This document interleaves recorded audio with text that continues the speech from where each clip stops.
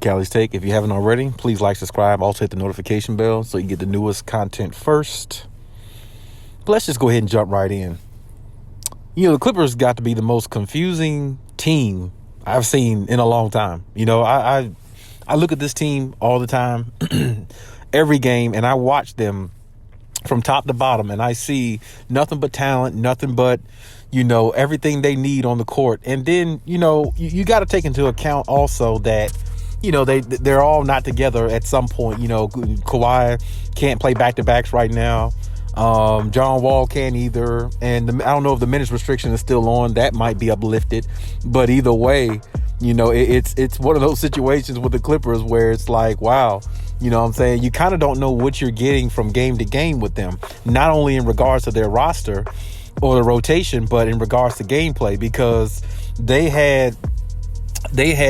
were down, I believe, in the Charlotte Hornets game about a week ago or less, and they came back to win that. I think Kawhi had like 31 points that game. And then you look at this Pistons game that they had, the other night.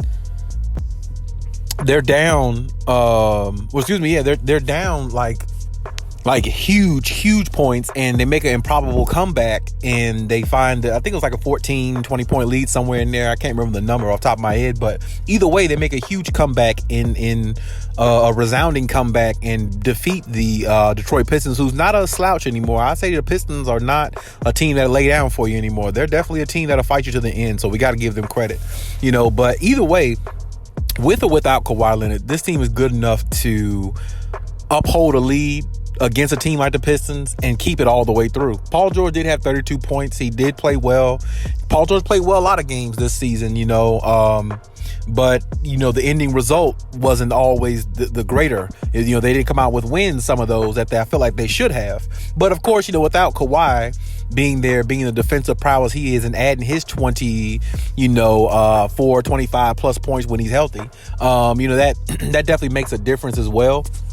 So I'm not going to criticize too much on that, but it's almost like this team has two different identities. You know what I'm saying? It's like sometimes they fail to finish leads that they have against other teams, and then they find themselves down against teams that I feel like they should be beating, by 15, 20 points. So it's like, the Clippers right now, and I know, like I said, we understand the back-to-backs, Kawhi can't play along with, John Wall, but they're going to have to find a way to get this more, balanced. Now, right now, they're fourth in the West. They're looking pretty good. But the Western Conference is 1 or 2 games difference, from the 4th seed to like the 10th seed. You see what I'm saying? So it's like it varies from day to day, if you want to be technical. So, with that being said, I hope that, the Clippers, they find a way to get a little bit more balance. And I believe they will, based upon their rotations. And, when Kawhi's able to play back-to-backs more often, when that's really uplifted off of his off of his game or whatever, then I feel like it'll be a lot more,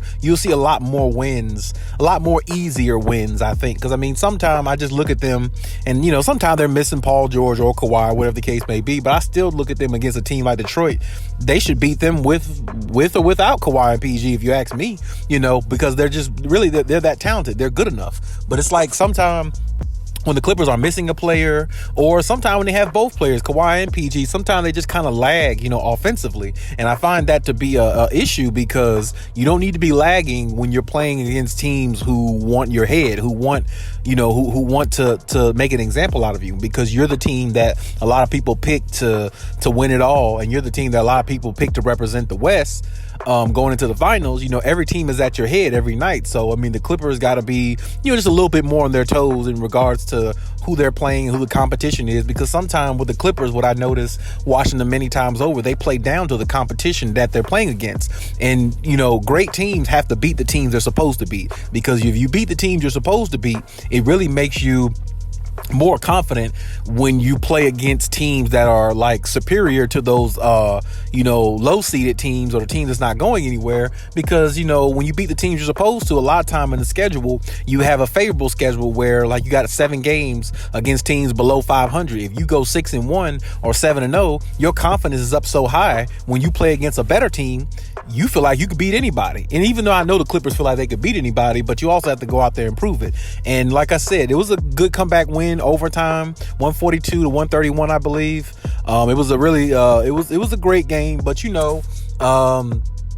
from what I see, just going forward, I see that they need a little bit more balance in that area, just a little bit more. And I know it'll come when Kawhi is fully healthy and everything like that. But sometimes, even when the best player or another player comes back, sometimes it's not quite balanced just yet. Sometimes it takes time to do that because they've lost leads, with Kawhi and PG. You know what I'm saying? So it happens. I do understand that, but having two different identities like that, the Clippers going to have to fix that because in the playoffs, those type things can't happen. When you have a lead 15, 20 points with Kawhi and PG, you got to seal the deal. You got to close it. You know what I'm saying? And in the playoffs, you can't be down 15, 20 points on the road against a team who's trying to win every single game out that 7-game series like you are, because you might find yourself in a deficit where it's hard to climb that uphill battle and come back and actually complete the win. So, the Clippers are definitely, lucky, also very talented. So, if you add both of those together, maybe that'll spell championship for them.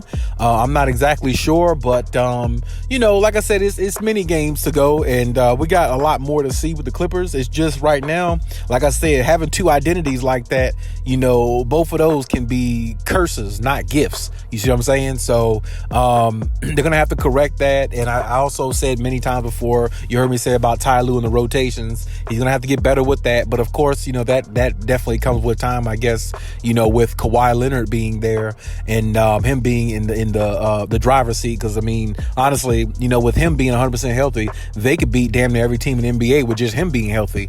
Even if Paul George was out, they can beat a lot of teams, pretty much every team with Kawhi in the lineup. So you add Paul George, if both of them can stay healthy, you got something going, because they've only played 11 or 12 games this season, and they got like the best winning percentage, as a duo in the NBA right now. You know what I'm saying? So it's like they don't play much together, but when they do, they usually win. So it's like, and there again, that Philly game where they, I believe I said Charlotte Hornets earlier, but I meant to say the Philly game where they had a lead, like 20-point lead, and blew that, against the Philadelphia 76ers. Excuse me, I didn't mean to say Charlotte earlier. I meant to say Philly.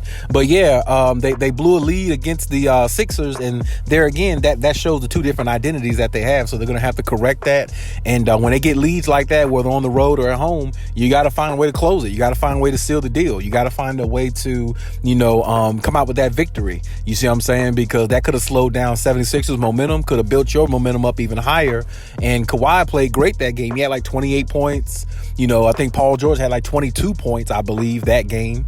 And, it was just one of those games where it's like, I think they definitely should have came out with the victory, but they didn't. So they have to, go back to the drawing board, figure some things out, go back to the basics, and figure out, how they can, change themselves identity-wise to have one identity, which is championship form team, and that's it. But hey, that's my take on everything. Leave any comments in the comment section. Check out my other videos if you haven't. And hey, till next time.